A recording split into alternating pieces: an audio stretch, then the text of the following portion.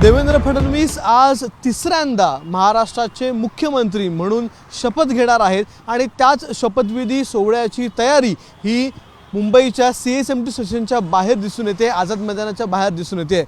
मुंबईच्या CSMT स्टेशनच्या बाहेरचा परिसर हा नेहमी गजबजलेला असतो, ऐतिहासिक परिसर असा म्हणून हा ओळखला जातो आणि याच ऐतिहासिक परिसरामध्ये आता आपण बघताय चारही बाजूंना मुख्यमंत्री म्हणून देवेंद्र फडणवीस यांचे अभिनंदन करणारे पोस्टर लागलेले आहेत, बॅनर लागलेले आहेत। केवळ इतकंच नाही, पंतप्रधान नरेंद्र मोदी यांच्या स्वागताचे बॅनर देखील या चौकात लागलेले आहेत। इथे देशभरातून आणि विदेशातून देखील अनेक लोक येतात, पर्यटक येतात, या चौकामध्ये उभं राहून फोटो काढतात आणि त्याच चौकात आज आपण बघतोय डिवायडरवर इथे तिन्ही पक्षाचे झेंडे लावण्यात आलेले आहेत। केवळ तीनच नाही तर या ठिकाणी RPIचे झेंडे देखील लावण्यात आलेले आहेत। त्यामुळे महायुतीची एकजूट या चौकामध्ये आपल्याला दिसून येते आहे। त्याचबरोबर पंतप्रधान नरेंद्र मोदी, एकनाथ शिंदे, अजित पवार यांचे देखील बॅनर या परिसरामध्ये लावण्यात आलेले आहेत आणि आजच्या या शपथविधी सोहळ्याची तयारीच या ठिकाणी जवळपास पूर्ण झालेली आहे।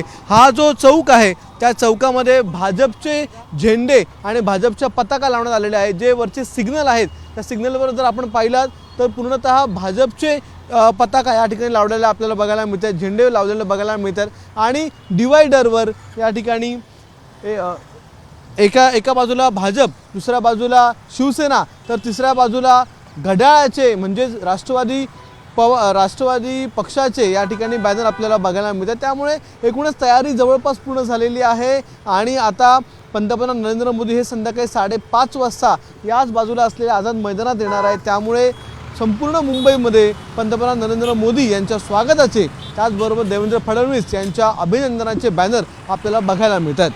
कॅमेरामॅन गजाननसह अक्षय भाटकर, ABP माझा, मुंबई।